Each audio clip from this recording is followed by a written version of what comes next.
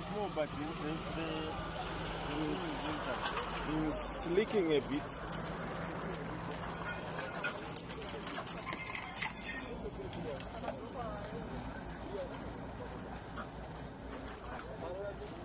Koza we accident ushu iye uyu ndiye mukonzero uyu.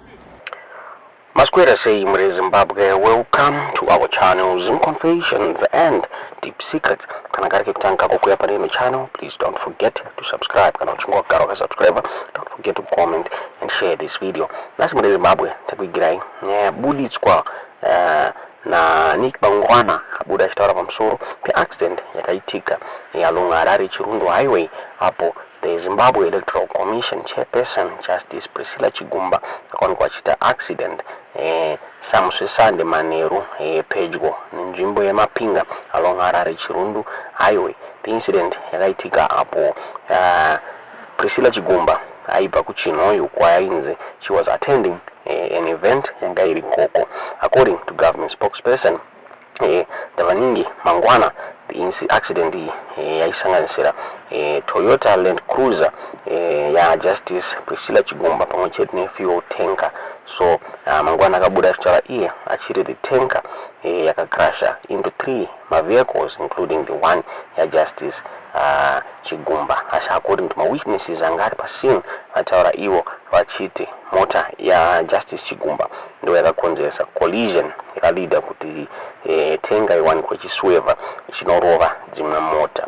The impact accident iyoyo yakasiya a trail of damage on Land Cruiser ya Priscilla Chigumba. Nopamurungona iyo mota iri apo. The left front side yakati kuvari zvakare nebonnet zvakare the front right wheel zvakare funga murungona ma-airbags akatobuda muri Zimbabwe. Asi zvisinei zviri kunzi Priscilla Chigumba haana kukuvara. There's a video iri kucirculate pa social media ikuradzana the SUV vehicle yakarara nerufu yayo muri Zimbabwe. Mavhiri akatarisa mudenga. Toda kuradza video iroro saka rambai makateerera panopera comment redu tokuradza video iroro. Zviri kunzi panga pasina kumira mushe hapana kunge pataurwapo vanhu vakuvara mumota imomo. Zvinotaura kwatiri kuita kunzi driver wa Priscilla Chigumba abuda ane minor injuries. Priscilla Chigumba haana kukuvara muri Zimbabwe. Nick Bangwana akabuda on his ex account achitaura yachiti yesterday ZEC chairperson Justice Priscilla Chigumba was involved in an accident on her way from Chinoyi when a haulage tanker crashed into 3 vehicles, including hers. There were no fatalities from the accident and Justice Chigumba was not injured. Ndo zvakabuda zvitauro na Permanent Secretary of Information, Publicity and Broadcasting Services Nick Bangwana. The accident yaraisa ma-concerns muri Zimbabwe since road iyoyo ya Harare Chirundu highway haina kumira mushe. Road inoconnecta Zimbabwe neZambia. Kunenge zvazo government iri kuita undertake a major rehabilitation project on road iyi yakaitika yakatanga mugore 2024. Zviri kunzi drivers should try to drive with caution kana vachifamba road iyoyi muri Zimbabwe. Yaburitswa nyaya iyi The Standard vachitaura yachiti Zimbabwe Electoral Commission chairperson Justice Priscilla Chigumba was involved in a road traffic accident on Sunday afternoon near Mapinga along Chirundu Harare highway.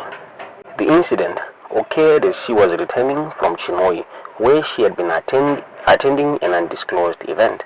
According to government spokesperson Davaningi Mangwana, the accident involved Justice Chigumba's Toyota Land Cruiser and fuel tanker.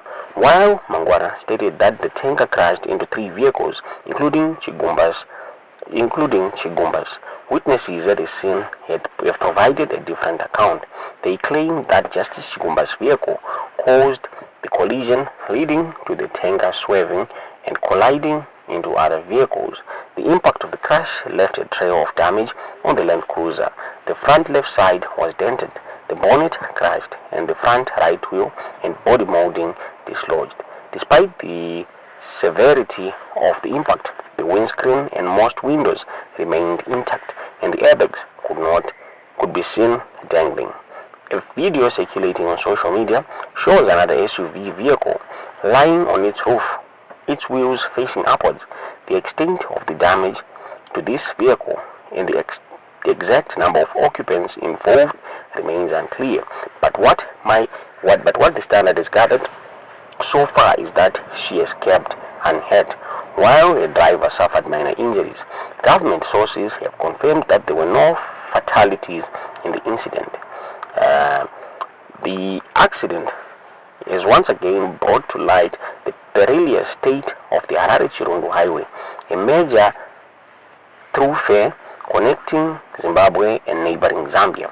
The government is currently undertaking a major rehabilitation project on the road, which began in early 2024 and is expected to cost over 550 million. The project aims to upgrade, widen, dualize sections of the road, install streetlights, and implement landscaping measures. However, despite the ongoing rehabilitation efforts, the road remains a dangerous stretch for motorists. The accident involving Justice Chigumba serves as a stark reminder of the need for caution and vigilance on this road, even as the government works to improve its safety. The ZEC, responsible for overseeing elections in Zimbabwe, has been a subject of scrutiny in recent years, with concerns raised about its impartiality and transparency. The accident involving Justice Chigumba, while unfortunate, has sparked renewed debate about the safety of Zimbabwe's roads and the need for robust road safety measures to prevent future tragedies. The police have yet to issue a statement regarding the accident, and investigations are ongoing. Ndozvabuditswa The Standard muri Zimbabwe. Toti mukuona video reaction ndi mwamadzaza muri kufunga pamusoro penyaya iyi mucomment section.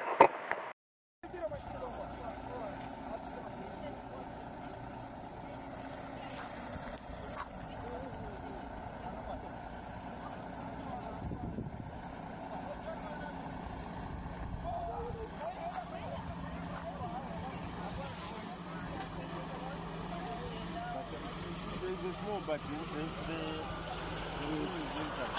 it's leaking a bit.